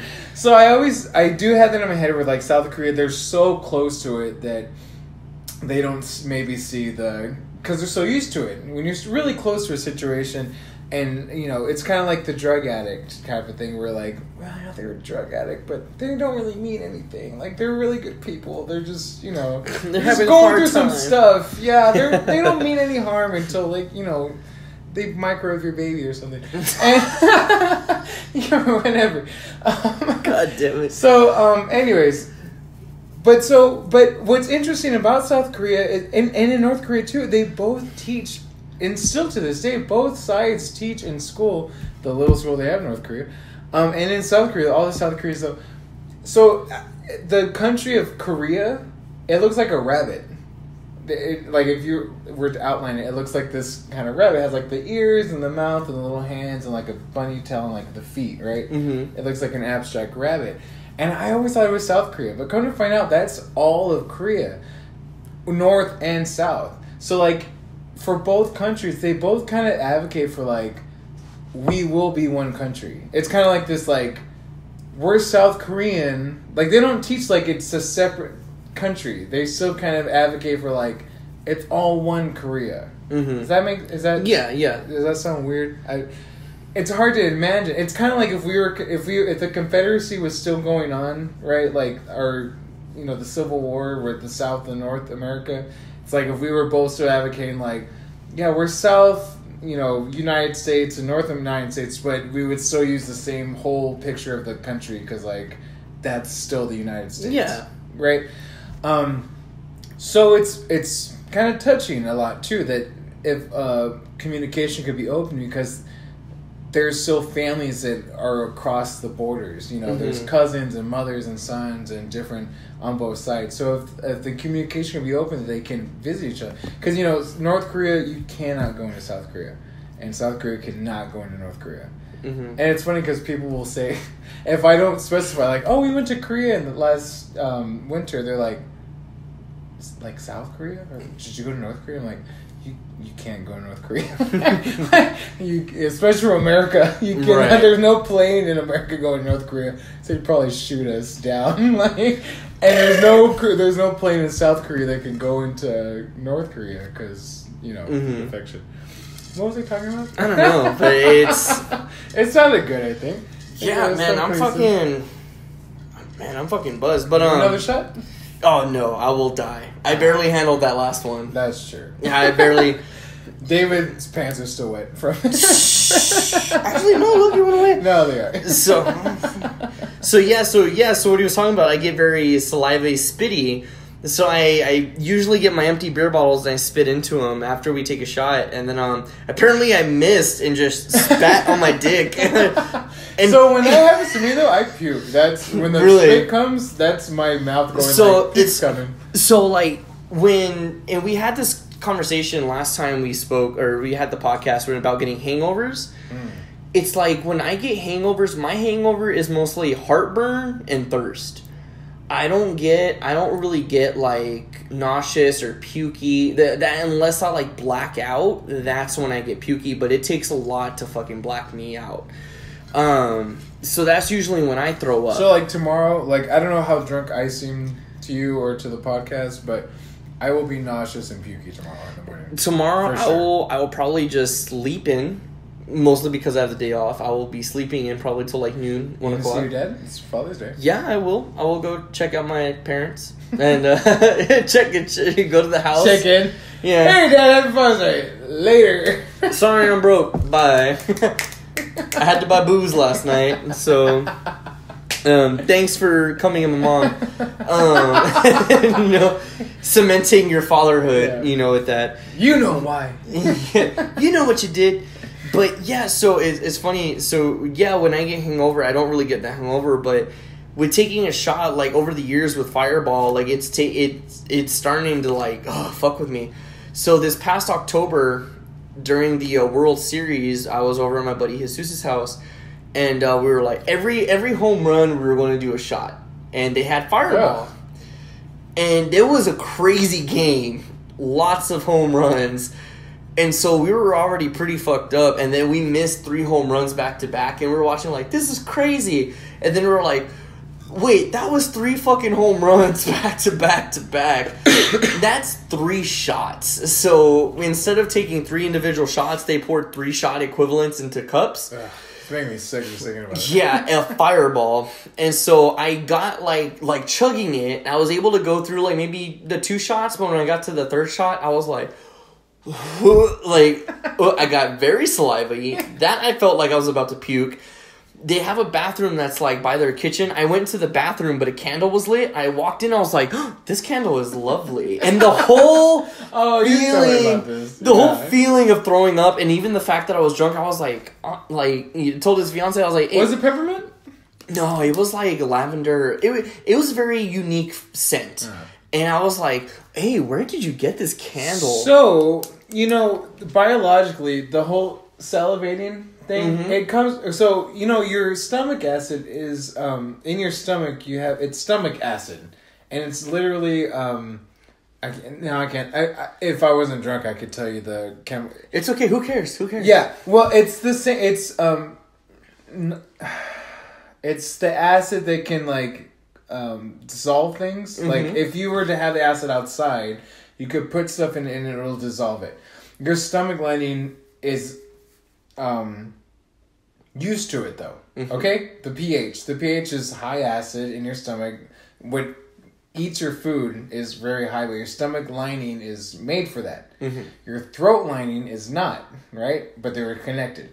So the whole reason why you salivate before you puke, and with drinking, that comes with it, but no matter what, if you're about to puke, you start salivating because it lubricates your throat, and that saliva kind of borders your throat and your mouth and all that, because the acid is, although your stomach can deal with the acid, your throat and your mouth and your tongue cannot. So that's why you start salivating, because it makes it more of a easier to, when it comes out, it's not so abrasive. So that's why I always think you're gonna puke, because I know when I start getting the salivation, to me, I know I'm gonna puke. It's coming, and I kind of just go with it, though. Right. It's usually in the morning. I don't really I've never really, I can drink all night and blackout or whatever, or not even blackout, just keep going. And I'll never puke all night, but in the morning it comes. And then in the morning it's actually all the spit. I usually wake up because I have a mouthful of spit. And I have to get up and go, and I spit it out, and then I'm like, here it comes. Yeah. See, maybe, and even, you're not even, I don't even consider you older than me. I honestly say same age, because, I mean, we're so similar-minded.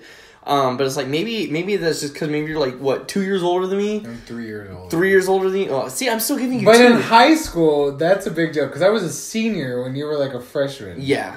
And to me, that's what I always do, because that's a whole different world. It's you fucking underclassmen, you piece of honestly, shit. the thing is how old, you're 23? I'm 23. So I'm 26, and when I was 23, it was a different world, though, honestly. Yeah. It is. It just is. Yeah, I don't know, The 20s, here's the thing, when we get into our 30s, it's not a big deal. Nobody cares about age anymore. 3 or 4 years. But in our 20s, it is. It's just different. It's still that, the acceleration is really high, That's man is the whole. Okay. Yeah. So, billions and billions and billions. Billions and so speaking of billions of which I have no idea where that segue was going. CM Punk, the wrestler, he, if you may know, if you keep up with this kind of shit, CM Punk, he left WWE. He had bad relations with WWE. He went into UFC, super hyped up, because it was like, oh shit, a former wrestler, just similar to Brock Lesnar, because Brock Lesnar left and wrestling. I'm sure every UFC wants to like take a piece of him because like let me show you what real fighting is about. So Brock Lesnar, when he did it, he dominated UFC. He became a fast champion. He was just kicking ass. So it was like, oh, CM Punk's coming into UFC. He's going to be a badass, fighter too. He got his ass kicked so bad in his first match, in his first ever UFC match. So he started his UFC record 0-1. Didn't talk about nothing. Didn't say he was going to return. But sure enough, he was like, yeah, I want to have another match. Like, yeah, I want to have another fight. Now he's 0-2. He got his ass kicked within the first... I think he got his ass kicked in the first round again. He just fucked the other opponent. And even the other opponent was someone that was supposed to, like... CM Punk was supposed to easily kick his asses. CM Punk... Who is the UFC fighter or the... He was the wrestler that turned UFC fighter. Oh, okay. So it was expected. Yeah. The one that was expected to get his ass kicked. Yeah. So now CM Punk's official UFC record is 0-2. And he's had a fight almost a year apart from each other. Yeah. And it's like... Maybe you're not... Go back to... Everybody wants you back in Go WWE. Back to the choreography part of it. Yeah, it's like, you do better there. Like, at least you get picked to win. Like, come back. So I think does that he get is paid hilarious. more for the UFC fights?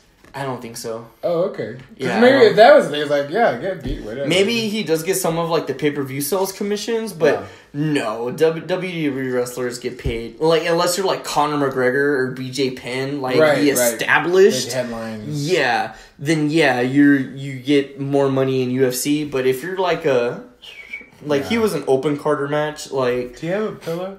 I do have a pillow. Okay. You want this pillow? No. Oh. I was making sure, because I'm like... These chairs are uncomfortable, so... Oh, I'm like, have you been sitting on without a pillow the whole time? That's fucking even if I was, it'd be no big deal. Yeah, man, fuck. I'm actually getting kind of tapped. Yeah, I'm getting tapped, too. It's like... What else do we have? Let's run through it. Hold on. We have the XFL... Oh, fuck, it's so... I thought, like, this is like a little piece. No. Okay, we got, The raccoon. There was a raccoon that climbed a tower. Your... Yeah, I was riding very fast and I'm drunk. There was a raccoon that climbed a tower in some city. Go raccoon! Yeah, he made it all the way to the top by himself, and he was a really gay cute cake. raccoon. That's a good one. The gay cake. The gay cake. Let's end with that. Let's end. Okay, so gay cake time. Yeah. Okay. Go ahead. So a while back, there was a gay couple that was getting married, 2 men, and they asked a bakery to bake their wedding cake. The baker said, "Nah, you queers, da da da. I ain't. Marriage is only between a man and a woman. I ain't making you a cake, da da da da."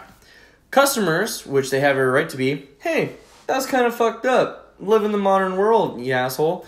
So ended up taking to court, this and that. They won one case about something, but now I went to the Supreme Court about if that the bakery was being prejudiced, this and that. Supreme Court ruled in favor of the bakery. So the gay couple lost the case about getting denied, making a cake. Which is very strange because the Supreme Court ruled that gay marriage is legal. But apparently gay cakes aren't legal. So, I'm looking up... I believe... Do you remember the amendment that was used? Mm-mm. Because it's the Constitution. The Supreme Court follows the Constitution. And it's their we've put... our trust in the Supreme Court to follow the Constitution, but that's their, like, where they go off of, but it's their interpretation, which is all up to interpretation, because it was fucking written in the 1700s, and I want to say it's the 5th one, but I'm reading it now, and I'm like, fuck, it's so convoluted. Yeah. Okay. So, whatever amendment that was used to advocate for these bakers to not bake the cake for these cake. Here's the thing. You can't, as a public service, you can't, if Cracker Barrel or Chili's or fucking DJs or whatever, they can't not let black people in, right? Like, you can't do that. Even though we're a capitalist society and that it's your own money, you can't deny rights to just people. Okay? And so that's why I don't get how it got through, because gay rights have been activated. You can get married. It's gay marriage is legal nationally. So to deny as a business their to make a cake for them is unconstitutional. It is because you're doing it on religious reasons and separation of church and state, homie. Yeah, you're using church as a stand on your state of blah blah blah. I think it's ridiculous. I think it's totally bonkers. Bonkers, yeah. Yeah, it's bonkers. It's totally. It's just fucked up. Like, if you can't make a cake for a gay couple, then you just shouldn't be making cakes. I mean, or only make cakes for call yourself Christian cakes or something because. It's fucked up, You're the kind. That sounds like the kind of bakery that I make for like fucking puppy's birthday. It's turning 6 months. Here's a fucking cake. It's not like the guys were like asking to have the cake to be in the shape of a cock, right? Or something. It's like a giant black cock cake for my wedding. No, it's a traditional wedding, like multi-layered cake and multi-tiered cake with two dudes. It's the same thing where that one girl that. She worked for like the marriage license thing and denied, and she got she got jail time for it, but she got out pretty quickly. My favorite thing was just like they were promoting her as such an evil person. There was a meme page that took her when the people did a fucking like thing, like a ceremony for her getting a release from jail, and like all these people were there in support of her, and they like edited the audio to her when she got on the mic. It went like a death metal scream, like because she's the devil for not allowing. She is. That fucking cracks me up. I plead the fifth and all this because I'm really drunk. I am too, and I have a friend that posted the amendment. So there's this amendment that I can't fucking remember what it was. That basically the Supreme Court, like, I guess, sanctioned that's why this fucking baker can be a fucking fascist and a piece of shit company or whatever, and it can deny whoever they want. And then here's the thing. That amendment was the same amendment that back in the day for civil rights was used for black people. They were able. That's what they were advocating for. The 13th Amendment? 13th? 13th? That's what I'm thinking. I don't know why that comes to mind. I don't know. I'm not a poli-sci major. I have so. no idea. Maybe it's 13th. I'm going to look it up later, way after this episode, and I'll look really stupid. But well, no, the 13th Amendment freed slavery, no? I don't know. There's an amendment that it was after civil rights. It was in the 60s that they were saying, like, okay, yeah, no more slaves, but I don't have to serve slaves. There was this amendment people advocating in the for. 60s? Yes. The 60s. You're talking about the 1860s? No, that served slaves? No, not the African Americans. No, the 1960s, they still had Jim Crow laws. You still had separate fucking water. You had white water fountains. Well, that's segregation, not slavery. No, what did I say? You said slavery. What? No. You're talking about colored people. Yes. So in the 1960s, slavery was abolished many I'm years not ago. talking about slavery. I'm not talking about... Okay. I'm talking about that there was the aspect of not serving colored people. Yeah, black people. Okay. Slave came out, my bad. That's good. not what I meant. But the aspect... in the 1960s, it was only like, what... amount of number ago. X amount of years ago. Which is not that far off. Where they were saying, like, okay, black people have rights, but I don't have to serve them. Right. It's my establishment, it's my business. I don't want black people here. And I'm not going to serve them. And there's the amendment in the Constitution. And the Supreme Court said, yeah, no, you can't do that. Sorry. And that was okay. So now it's gay people, though, right? And now apparently the Supreme Court said, oh, yeah. No, you can't do that to gay people, though. Like, black people, you can't. Like, you have to make black people a cake. But gay people, you don't have to make them a cake. Because, and I don't know. It's fucked up. This makes me angry. Yeah, David, hold it up. I was able to fold my thing perfectly where it came out to angry. David is not as much of an activist as I am for gay rights. I support them. Yeah. But he hates them also. But they're also gay. So queers. No, no, I'm just totally kidding. No, I really support them, but it's like I'm not like, I mean, because I'm a realist when it comes to that stuff. I'm like, it doesn't affect me. So I guess that's not a realist. That's an asshole. It's like it's like, yeah, you're gay, awesome. Suck all the dick, lick all the vag you want. Yeah. Awesome, to each their own, but it's like their rules don't make me angry. Yeah. You also don't have the right to get a cake anywhere you want. Yeah. Which, it's funny because I'm getting a wedding pie. It's trivial. Me too. Fuck it, I want an ice cream sundae. Yeah. I don't know. I just think there's so many I know so many gay people. Yeah. Like, I have so many friends that are gay people that it just really gets me going thinking about that they are seen as... They do deserve better. Second-class citizens. Yeah, it just really pisses me off. They deserve way better. That's something that I honestly say. They deserve way better. There's nothing wrong with gay people, It's like, look at your weird shit. You like cock rings on your, whatever, on your cock, It's like, everybody's into different things. Everybody's into different things. Just because it's not something that you're particular, don't fucking do it. It's like, if the gay people can get married, that's not saying, hey, gay people can get married, bring your cock over here, let me suck it. It's like, no. They found the love of their life. Let them do what they want to do with the love of their life, just like how straight people can do what they want to do. The biggest thing, though, is that the Constitution plus religion gets so convoluted that it's just ridiculous how it's being used. It's just that's what pisses me off the most. Because it's gay people in 2018. It was black people back in the 60s and plus more, and 30, 60 or whatever fucking years later, what is it going to be then? Like, you know what I mean? I don't know. I don't know what I mean either. Okay, the teacher's fucked up. God, I'm rambling. Dude, 2 shots? Fucking... I'm at 5 beers. Yeah, oh my god. God, I've pounded them tonight. And 2 shots. I'm done. I don't even know what's in this cup. I don't know how many glasses of this you've had. Take a drink of that. Oh, shit. What does it taste like? I'm gonna take your straw, okay? Yeah. It's a lot of ice. It's not too bad. It melted a little bit. I think because I'm drunk, it doesn't really taste that strong. Yeah. But yeah, that... Okay, here's my thing. Now the vodka's in my mouth. Here's my thing, too, is that I get... the ice melts, and then, it makes it taste not strong, but I know how much vodka I put in it, so I'm like, I'm gonna finish it. The vodka's in my mouth now. Can you taste it? It's strong, yeah.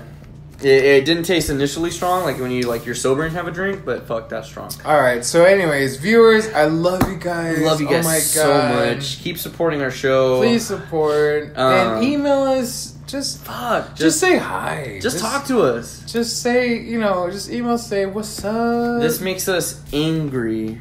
No, I'm just kidding. You see, David's holding up signs, which would be very funny if you could see him. Was recorded. If you could see him, it'd be very clever. But fuck, I'm drunk. It looks really stupid. So I messaged. So it was like because we didn't record this past Tuesday because I was doing Lyft to try to make money because I'm going to see Slayer next Wednesday. Fucking Slayer! Yeah. So oh my god. Yeah. So but tonight I was just like, hey, I have time. I messaged you. I was like, are you home? Want to get drunk? And he went, yeah, come over. And I went, fuck yeah. Let me go buy some drinks. So I also, Mrs. is very upset with me. Because really? Not really upset with me, but we did buy the Biggie movie to watch it. And then halfway through it, I said, hey, David's coming over. Later. This night has been booked. Well, I'm sorry to interrupt that, but other than that, I can't be more happy about it. No, I'm going to drink my last beer. If you have to take another cigarette break, yeah. Let's do that. Anyways, yeah, you guys, and thank you so much for the shot glass. Even though David didn't bring it, what an asshole. For real. Let him know what a dick he is to do that. But I thank you so much. That's awesome. I wasn't begging for stuff either, but that's cool that you did that for me. No, they even said since Teach is gonna bitch about it on the show, you might as well. I'm not okay. Yeah, just like the. But thank you though. I will take every shot in my life from that glass. Like I'm gonna make a necklace of it and just wear it all the time, like at the bars and everything. So. No, but no, really appreciate it. You, our fans are the most, and that's what we were talking about on one of our breaks. Is that our fans are honestly the best. We couldn't be more happy than the 15, 16 views we get each week. If you guys keep up that support, you know, hopefully one day this does make it big time, and me and the Teach will work something out. But we'll work something out. That's between us. But until next time, as always, I am David Clare, and I'm the Teach. No, don't do it. No. No,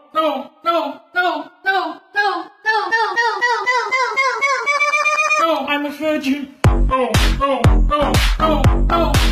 I'm a virgin. No. I'm a virgin. No. I'm a virgin. No. I'm a virgin.